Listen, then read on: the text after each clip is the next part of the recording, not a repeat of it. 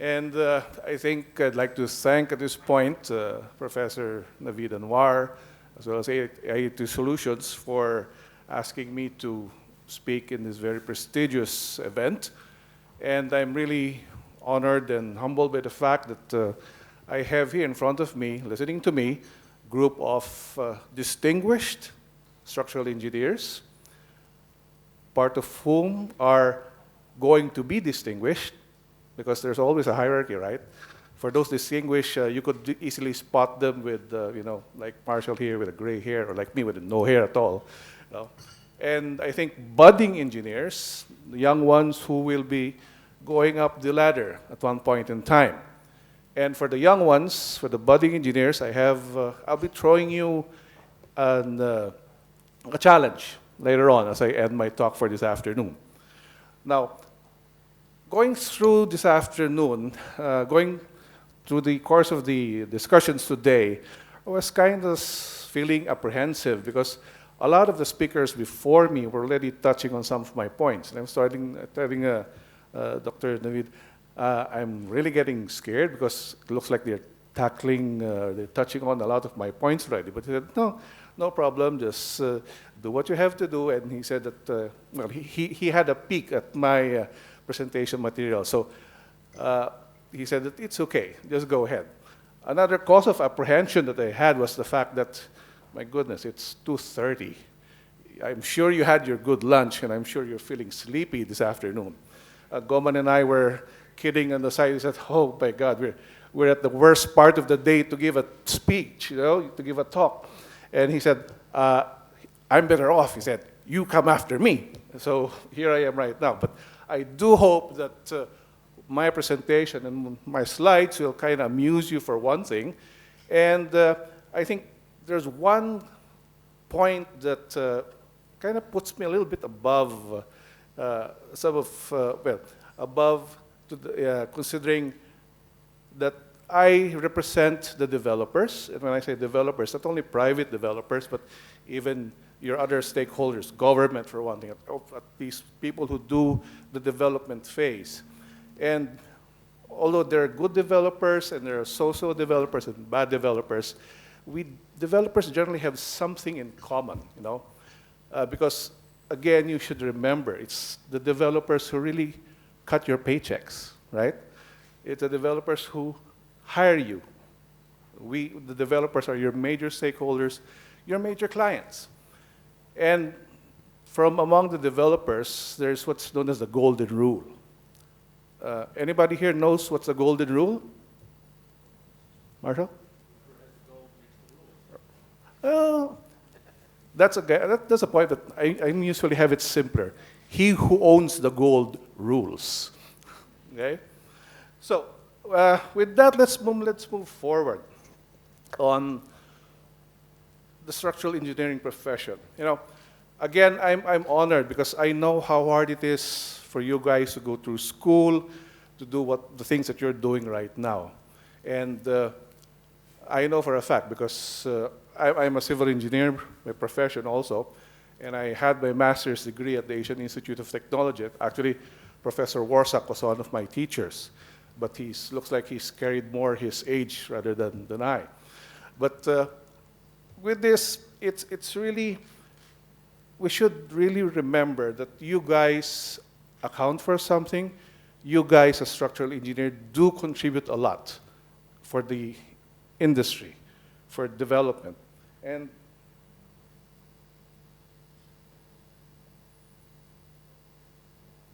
how do we work this?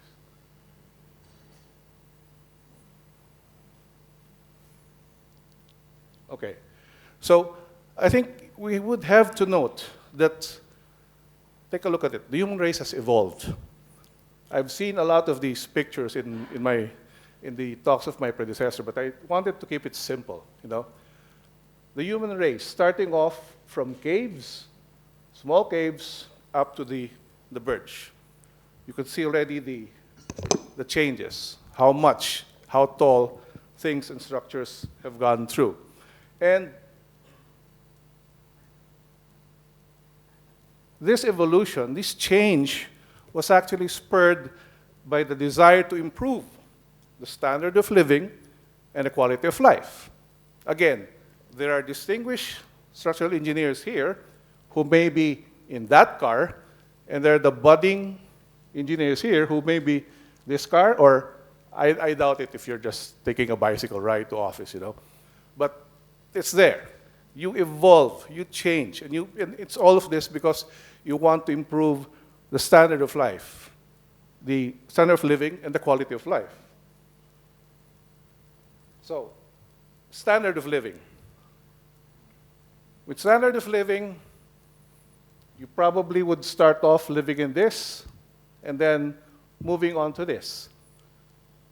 This is one of the old mass housing blocks in the United Kingdom, and this is actually one of the projects of our company, Ortigas, which actually won the Philippine Property Awards, which was recently held. And it was judged as a winner for the best luxury condo in architectural design. So, again, that wanting to change, that wanting to move from a level lower to a level higher. And aside from that, let's take a look. Standard of living. I took this from Wikipedia. So it refers to level of wealth, comfort, material goods, necessities available, and basically running through, and I just pinpoint infrastructure. You guys are instrumental in improving infrastructure. You guys, if you take a look how roads come up, more extensive roads right now, more beautiful bridges that come up, and actually, we have this. This is in one of our properties. And I'm using this because we've actually appointed AIT Solutions to be the peer reviewer, structural peer reviewer for that bridge that we are developing. So it's not anymore like the old structure, truss type bridges that we have. We're evolving, we're moving. Better quality of life, better standard of living. And again, for quality of life by Wikipedia, the general well-being of individuals and societies, outlining the negative and positive features of life. So you improve the quality of life. And basically, with this evolution, you transform. You transform the environment, you transform the landscape of this planet. Remember my earlier slide? From caves to the birch. So you see fields like this, open fields, to megacities. And I take, for example, again, this is in the Philippines. This is actually one of our estates, the Green Hill Shopping Center. Way back in 1960s, it was looking like this. No? At that point in time, it was already up there. But now, we're redeveloping it to look like this. So again, that evolution, that change in the landscape of a country, of a city.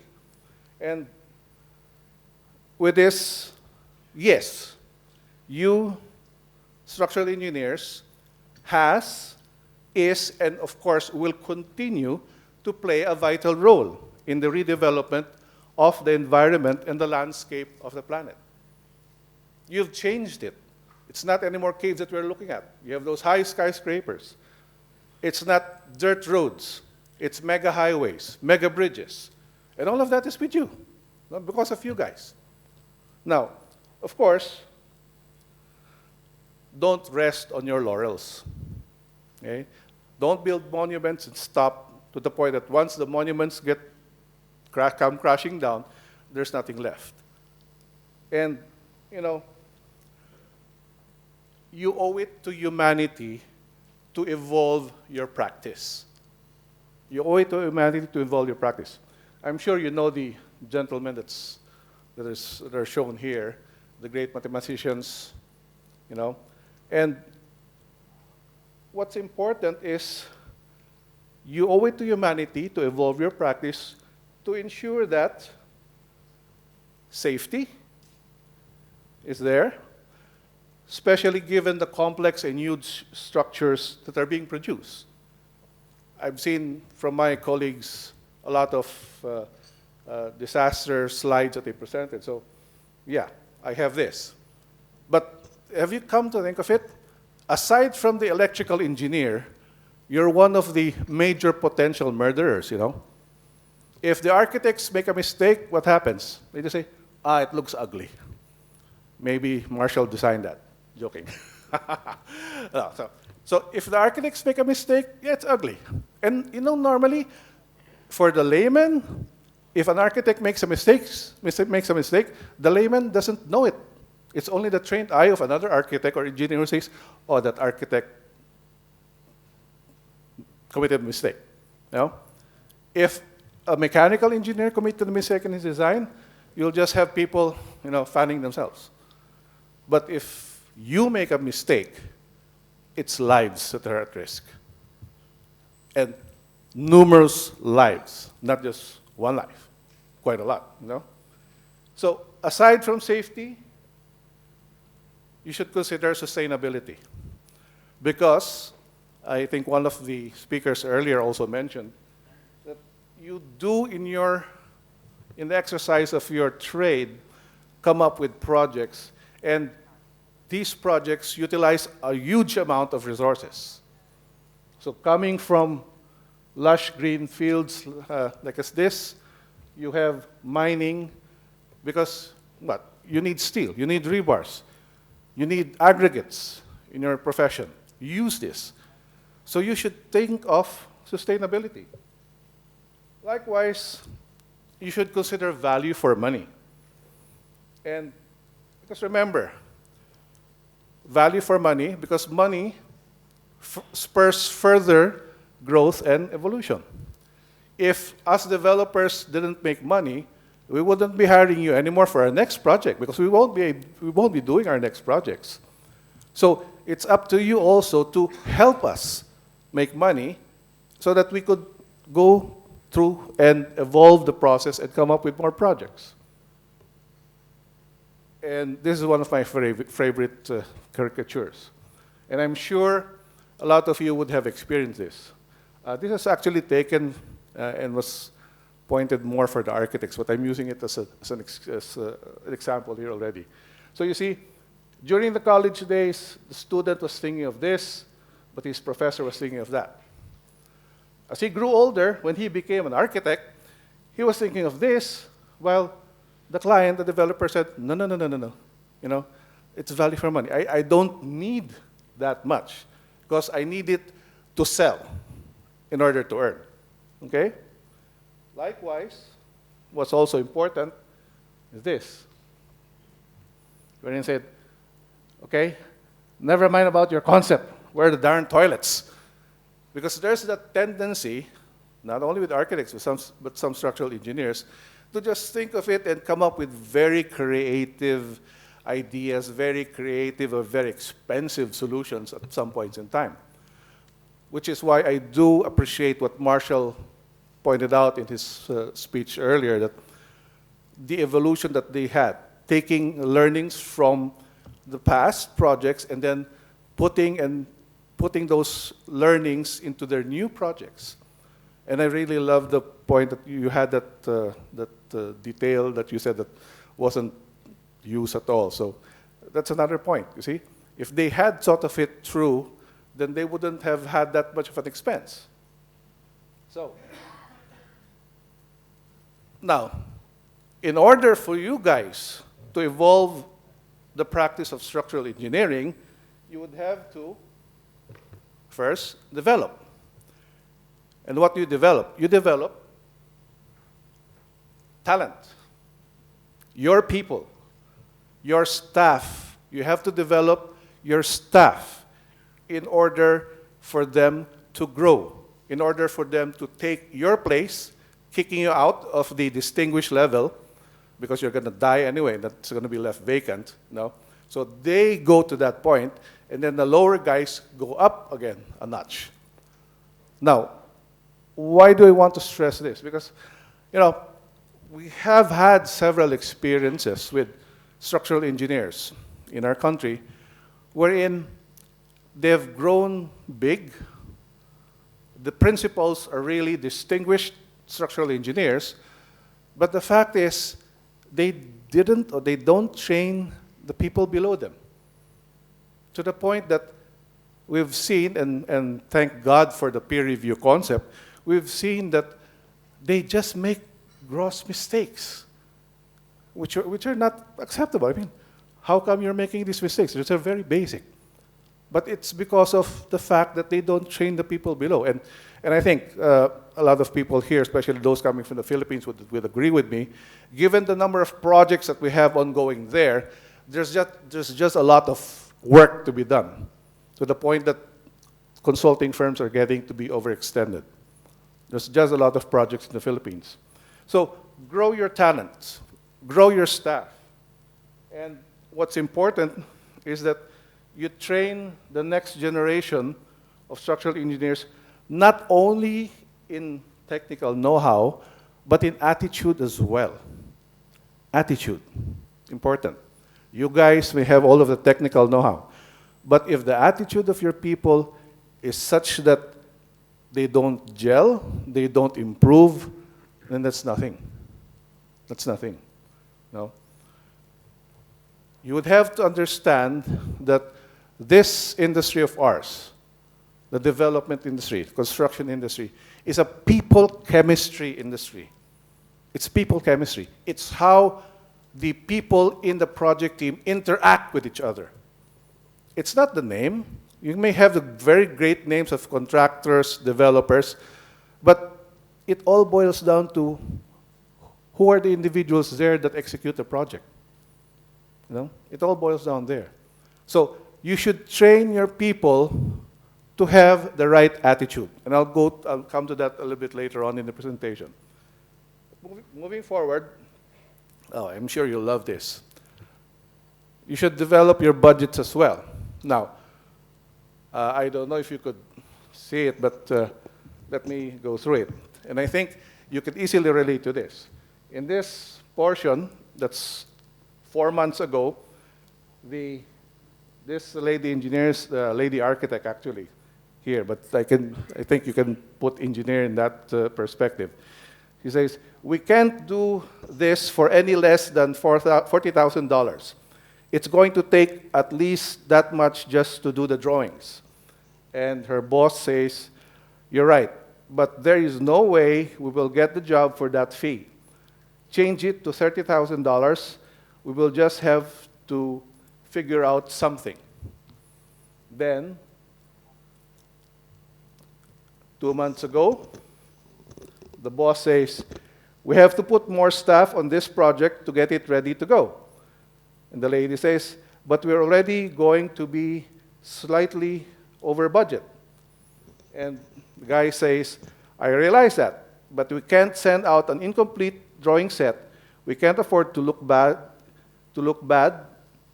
Tim and Yvonne can work with you for a few weeks to help you finish it up. And then today, Katie, I can't believe how over budget we are, and we haven't even started construction yet. Can't we ever get a job done without going over the budget? So I think I see a lot of people smiling. So that has happened in your office, right? And what's the point? Now, remember, this not only happens in your offices as designers, it also happens in our offices to a certain extent. But what happens is usually the developer forces you to, the developer focuses or puts focus really on squeezing design fees, right? Squeezing design fees and not seeing the savings which a proper design can bring. Again, there are good developers and there are bad developers. So with your bad developers, they squeeze your design fees. And they put it in other things.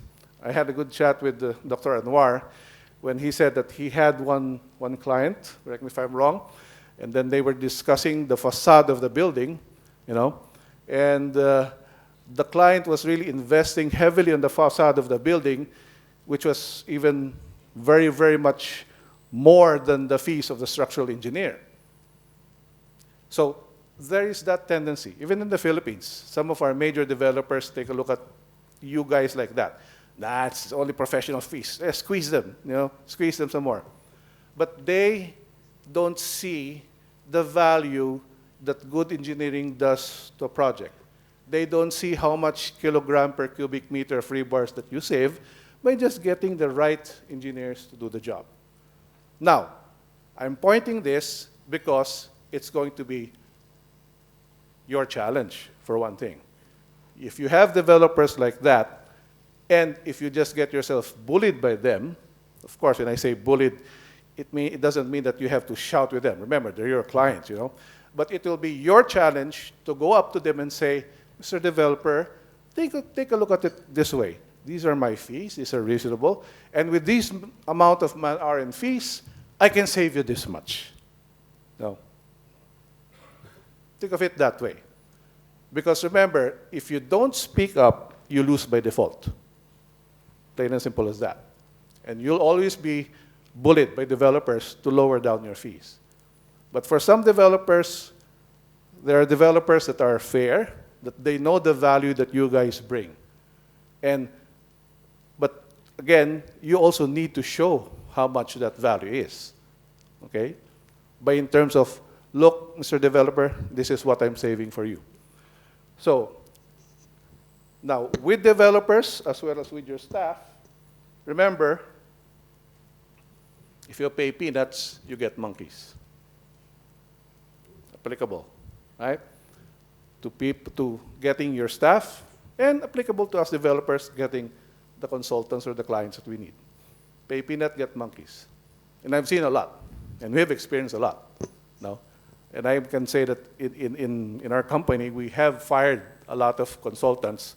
Actually, I joined our company just a couple of years back. And in the time that I spent for that, they've known me as a consultant killer because I have fired non-performing designers simply because of that. The old administration was mainly just squeezing and not getting the right people, the right consultants for the job. But we cannot live with that. It's mega projects that we're dealing with. It's multi-billion peso projects that we're dealing with. So, pay peanut, get monkeys. Another consideration, your design. And, well, nice looking boots, but you have the holes there. So, the focus and spending mentality of developers are usually on architectural items. Items that the general public or the buyers see and feel, and that the normal tendency is really to put money into this. But the better developers understand the value of good structural engineering and what goes not outside, but inside the building. And there were occasions earlier wherein it was mentioned that with the savings that they did inside, with the structural savings, they were able to throw that out and come up with better architectural skins or facade treatments. And that happens, And you should acknowledge this as a fact of life. The developers will always take a look at things that are very visible that will make the property marketable. So, if you know this, then you would now know how to approach the developers and in a way that you gain, but at the same time making them gain as well. Making them understand that it's not just the design, not just the external design, pardon me. That's not just the look, but things that you can do inside that can lead to savings. And not only savings or not only better value for the developer, but in terms of better time as well. And when I say time, what normally happens is there's a tendency to rush the design and get into construction right away. Finish the drawings. No, I give you only this 3 months to do this, 2 months to do that, 2 months to do your FCDs, for construction drawings. There's that tendency, believe me. But again, you rush into things, you have problems. In our company, the position that we've taken is the saying that it's always cheaper and easier to erase in paper or probably to delete on the computer screen rather than to knock down walls while in construction. And again, you would have developers thinking of the reverse. Finish the design, hurry up, why is it taking you too long? But then what transpires or what happens during the construction stage?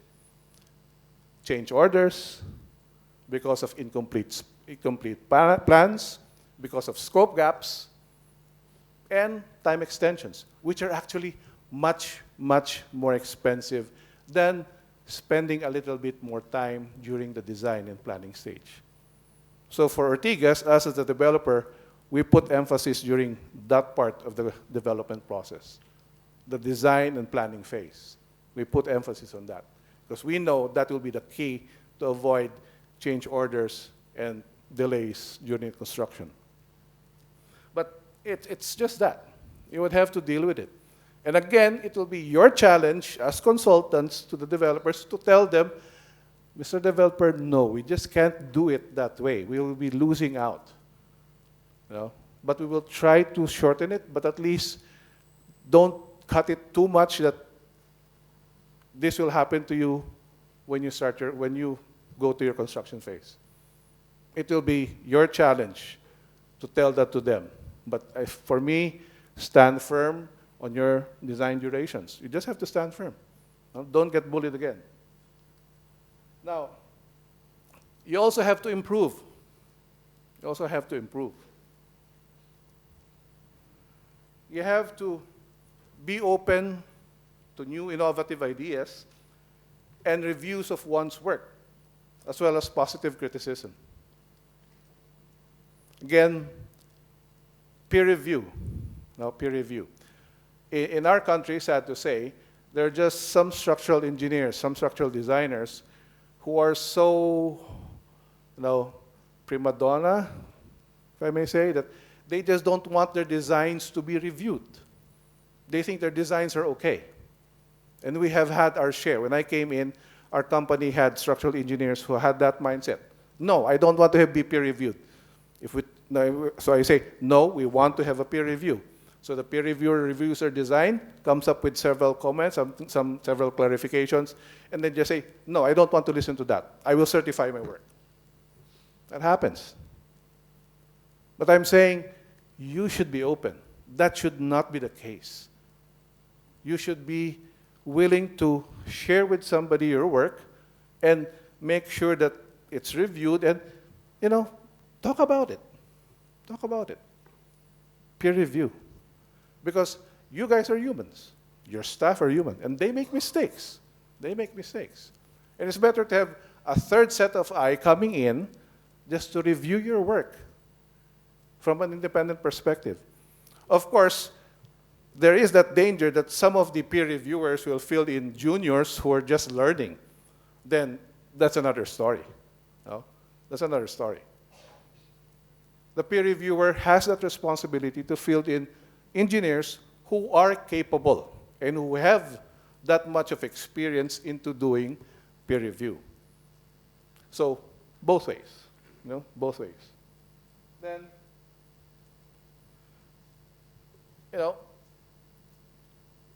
you should also be cognizant of the fact that you have limited resources and that you can only take so much.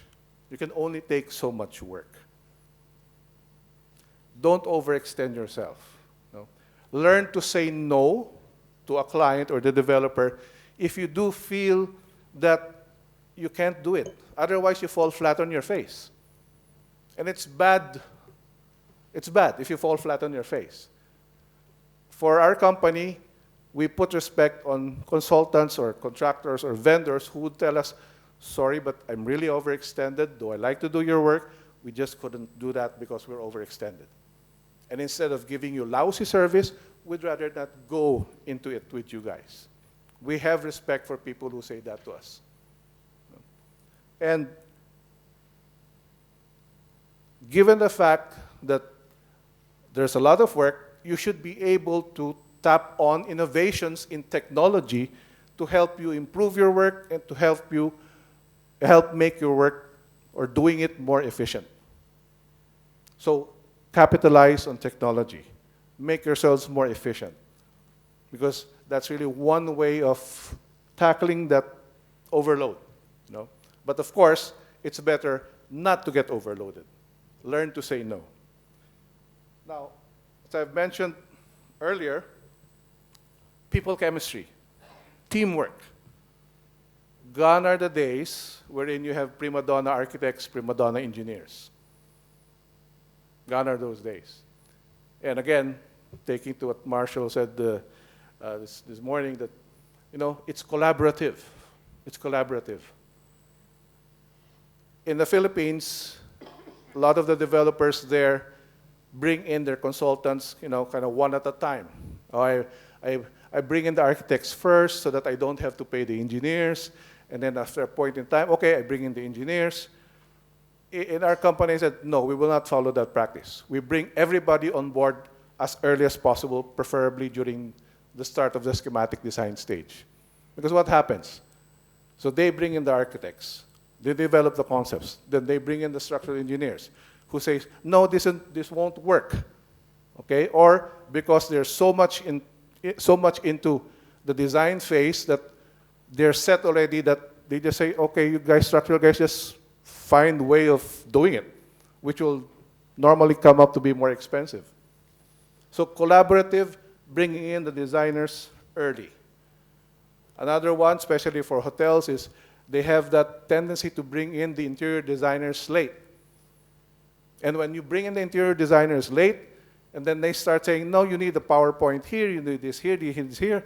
So again, there's a lot of change that comes in. So bring in, it's a teamwork, bring in your consultants early. And in the Philippine context, even for the construction or project construction managers, some developers just bring them in during the tender stage. We bring them in during the concept and schematic design stage.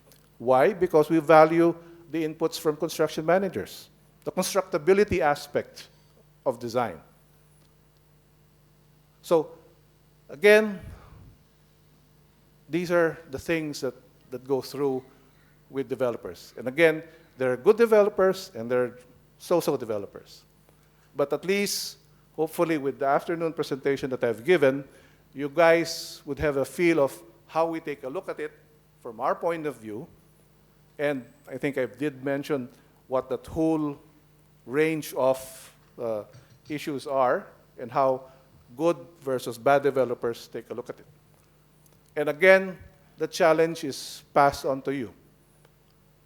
Lucky if you get good developers, but if you get bad developers, then it's that challenge to try to move them or try to educate them so that you know what's right to be done, so that you can have them do what is right to do. Okay? So, before closing, I mentioned earlier that I have a challenge for the budding engineers.